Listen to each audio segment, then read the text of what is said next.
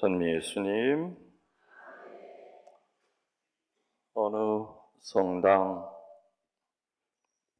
평협회 임원들 제가 피정을 시키면서 성령에 대해서 물어본 적이 있습니다. 성부가 아버지고 성자가 아들이라면 성령이 누구시냐 물었더니 회장 이하 모든 평협회 임원들, 액션단체 간부들이 서로 눈치만 보면서 아무도 대답을 못했습니다. 지금 눈에 보이는 우리 본당 평협 임원들한테 물어도 똑같을 거기 때문에 안 묻습니다. 아버지와 아들까지는 아는데 성령이라고 하는 그 개념은 머리에 잘 잡히질 않습니다. 아마 대부분이 그러리라 생각이 됩니다. 성령은 사실 머리로는 이해하기가 어려운 분입니다. 성령은 머리로 이해하는 것이 아니라 느끼고 체험해야 되는 분입니다. 성령은 바로 아버지와 아들이 하나가 될 때 거기서 뿜어나오는 기운입니다. Power of God, 그리고 아버지와 아들에게서 나오는 사랑이요 힘입니다. 수도 없이 많은 성당을 피정 지도를 나가면은 어느 성당은 성당 대문 들어서기도 전에 아주 강한 기운을 느낍니다. 대개가 그런 성당에 딱 들어가 보면은 그 본당 사제와 신자들이 마음도 하나고 뜻도 하나고 생각도 하나예요. 사제와 신자들이 하나가 될 때 뿜어나오는 힘, 그게 바로 성령입니다. 또 다른 말로 표현하면 하느님을 하느님답게 하는 힘, 아들을 아들답게 하는 능력이 바로 성령입니다. 그래서 성부와 성자에게서 성령이 빠지면 하느님은 빈 껍데기가 됩니다.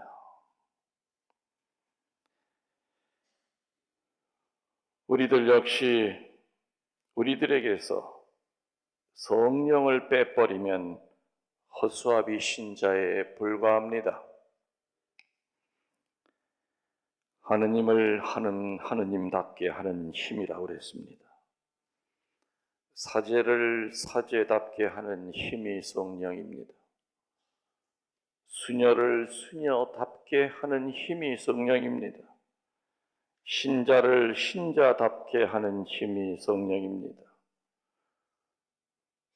봉사자를 봉사자답게 하는 힘이 성령입니다.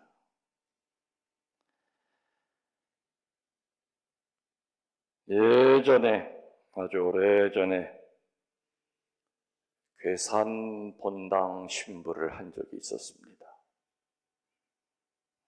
공소가 굉장히 많이 있었었죠. 제가 갔을 당시에서 큰 공소만 몇 개 이렇게 남겨두고 한 6개 공소를 정리를 그때 했었습니다. 각 공소 회장님들이 정말 다 열심히 하셨던 분들 같아요. 지금 뒤돌아보면 참 열심히 하셨던 것 같아요. 근데 그 공소 가운데 세평이라고 하는 그런 공소가 있었어요. 근데 그 공소의 회장님은 한쪽 눈이 안 보이고 한쪽 눈이 찌그러진 아주 볼품없는 할머니였어요. 근데 그 할머니 회장님이 이건 일당천을 하시는 거예요. 그 할머니 얘기를 들어보면은 원래 충주분인데 보따리 장사를 했대요. 보따리를 이고 다니면서 전교를 했는데 세평이라고 하는 동네에 들어와 보니까 윗마을 아랫마을이 다 무당촌이에요. 옛날에는 여기도 천주교 신자들이 꽤 많았었는데 무당들이 한 집, 두 집 잡기 시작하더니 윗마을 아랫마을이 전부 다 무당들로 버글버글 됐다는 거예요. 그래서 그 세평 그 회장님이, 그 할머니가 괴산 본당 신부님을 찾아갔죠. 그때는 물론 당연히 미국 신부님이었습니다. 미국 신부님에게, 신부님, 세평에 방 하나만 얻어주시면 제가 그 동네 전교하겠습니다.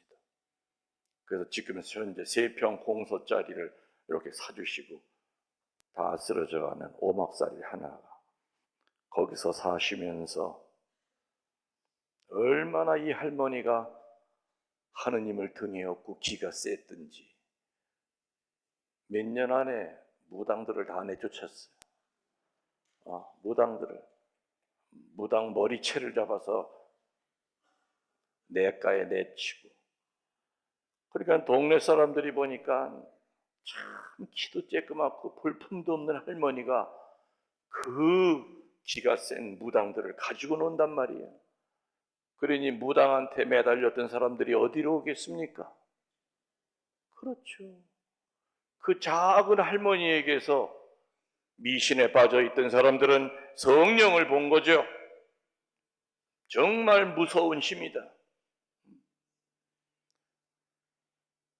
그래서 지금은 거기는 현대판 교우촌이 됐지요.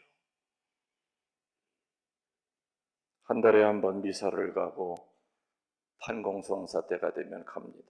온 동네가 다 천주교 신자니까 잔치가 벌어져요. 동네 입구서부터 두 줄로 서서 사제를 맞이합니다. 얼마나 아이들도 많은지 몰라요. 그러면서도 그 할머니는 교만하지 않았어요. 그리고 의시된 적 없어요. 늘 정말 집에서 볼 수 있는 할머니처럼 손주들 다스리고, 그러면서 그 공소를 회장으로서 이끌어 가십니다. 4개 공소 가운데 가장 기가 센 데가 바로 세평공소였죠. 그 회장님이 얼마나 열심하냐. 초등학교 마치면 중학교는 대부분 충주로 가든지 어디로 갑니까? 청주로 나와요, 애들이.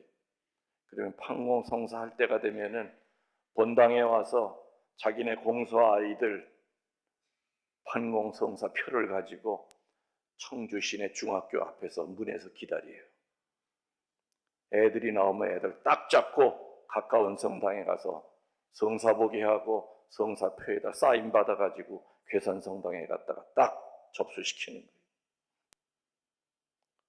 또 충주를 가서 충주에 학교 다니고 있는 그 학교 문 앞에 서서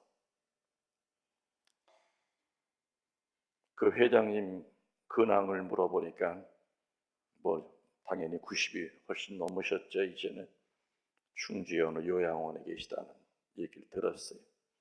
내가 아무튼 빠른 시일 내에 그 회장님 한번 다시 보고 싶어요.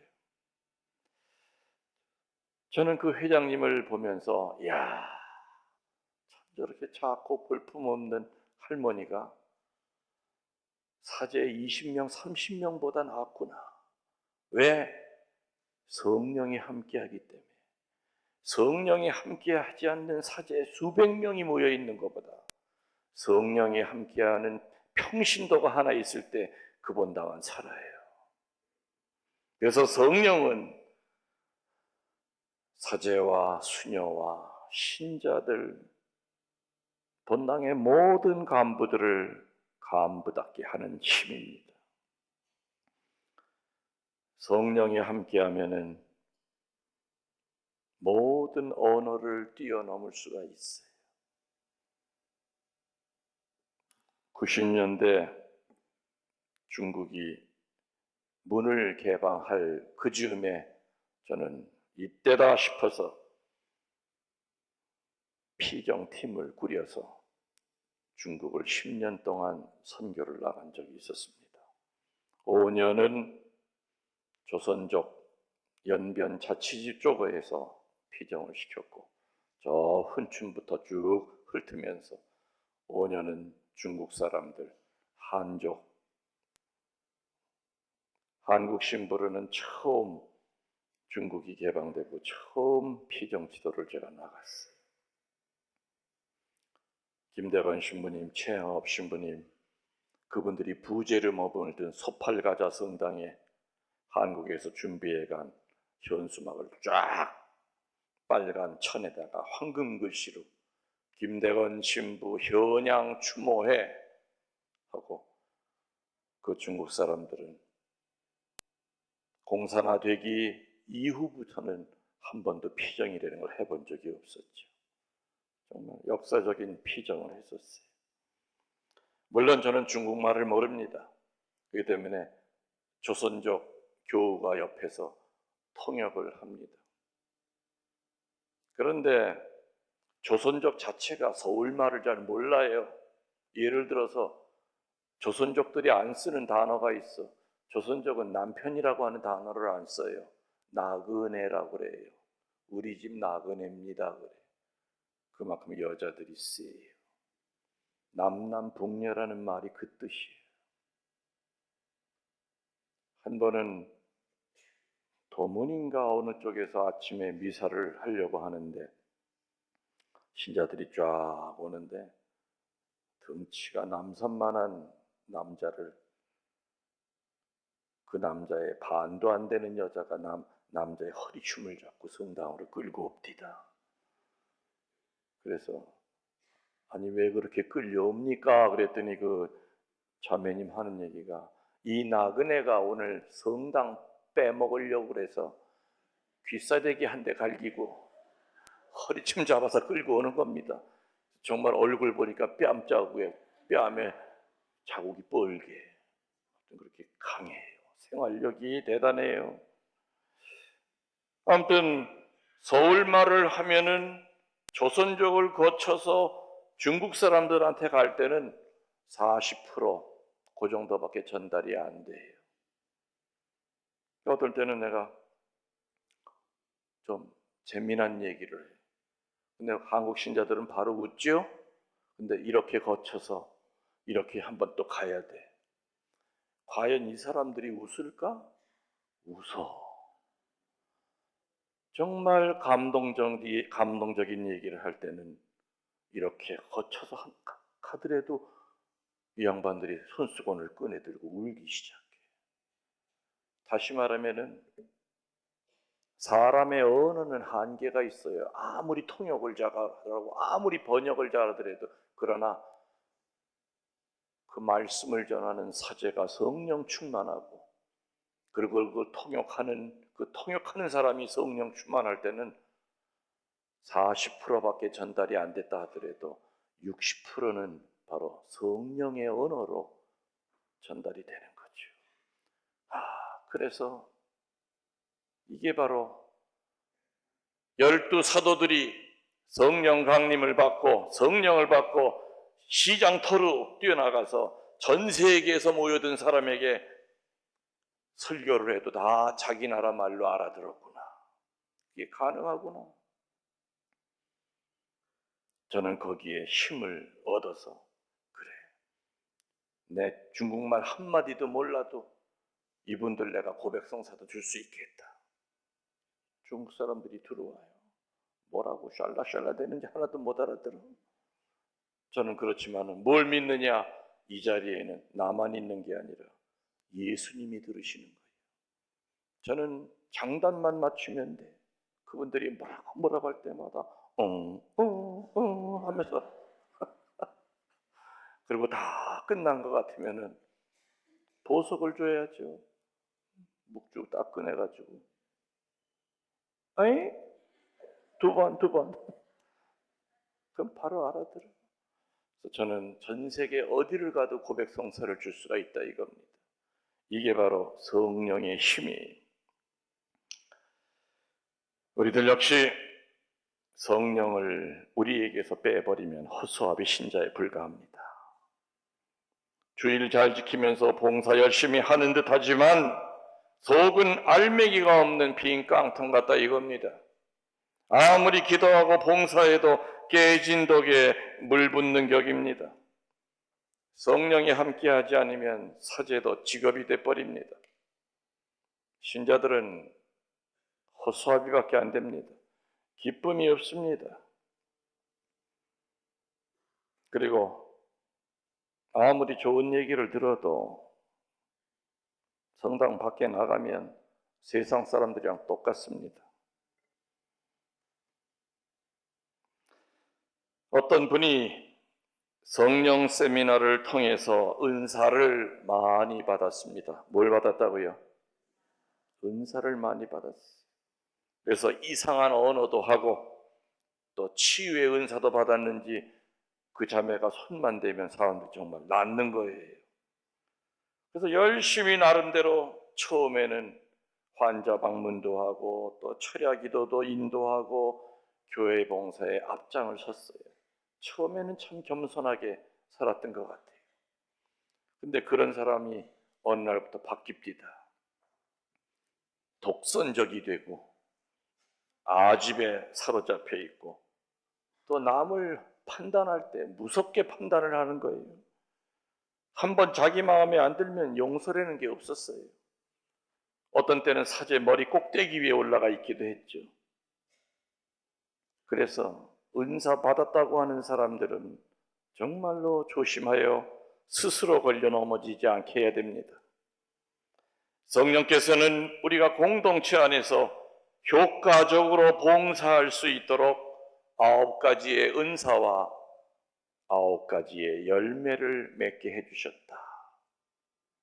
둘 다 성령의 선물이지만 내가 은사를 받았다고 해서 은사를 소유했다고 해서 다 경건한 신앙인이 되는 건 아닙니다.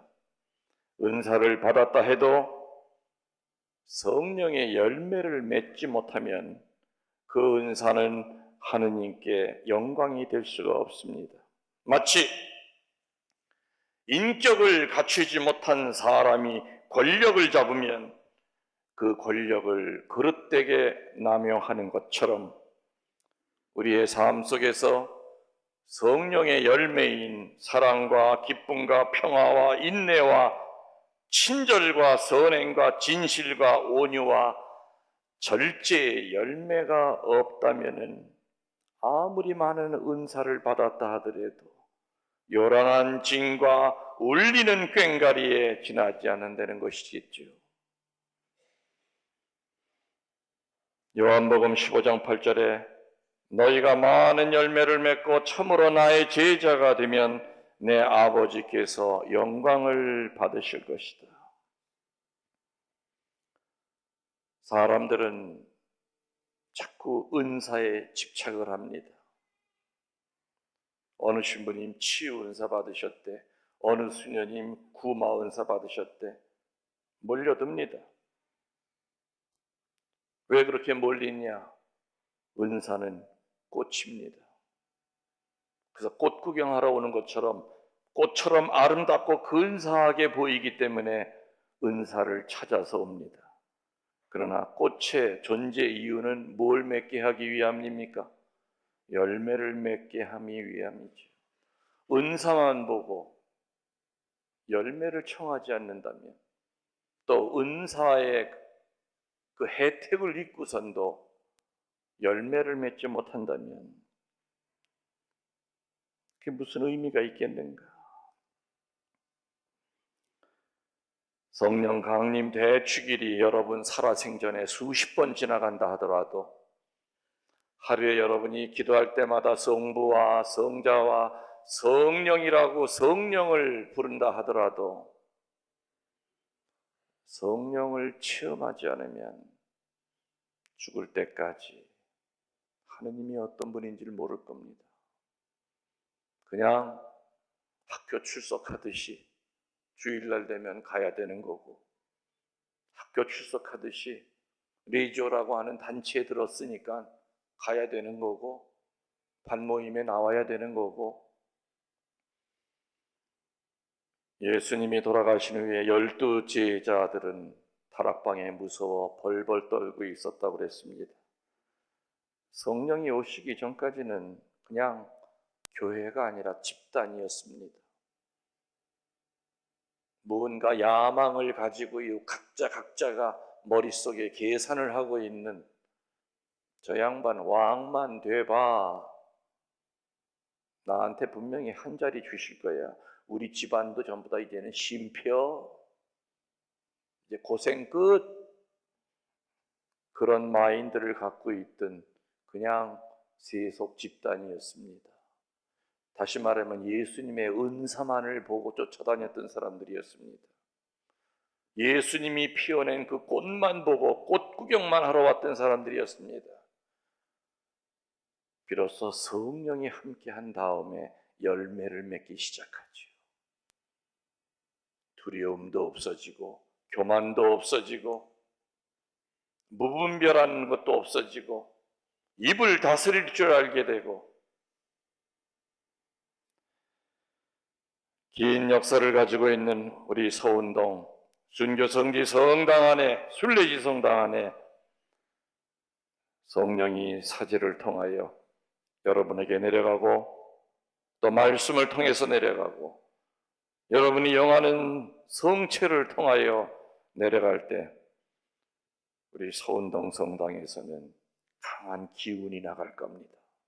그래서 타본당 신자들, 외인들이 이 성당에 들어와도 이 성당은 뭔가 기운이 다르다, 교우들 얼굴이 다르다, 빛이 난다, 사제와 신자들이 하나 되는 것을 그냥 피부로 느낄 수 있다.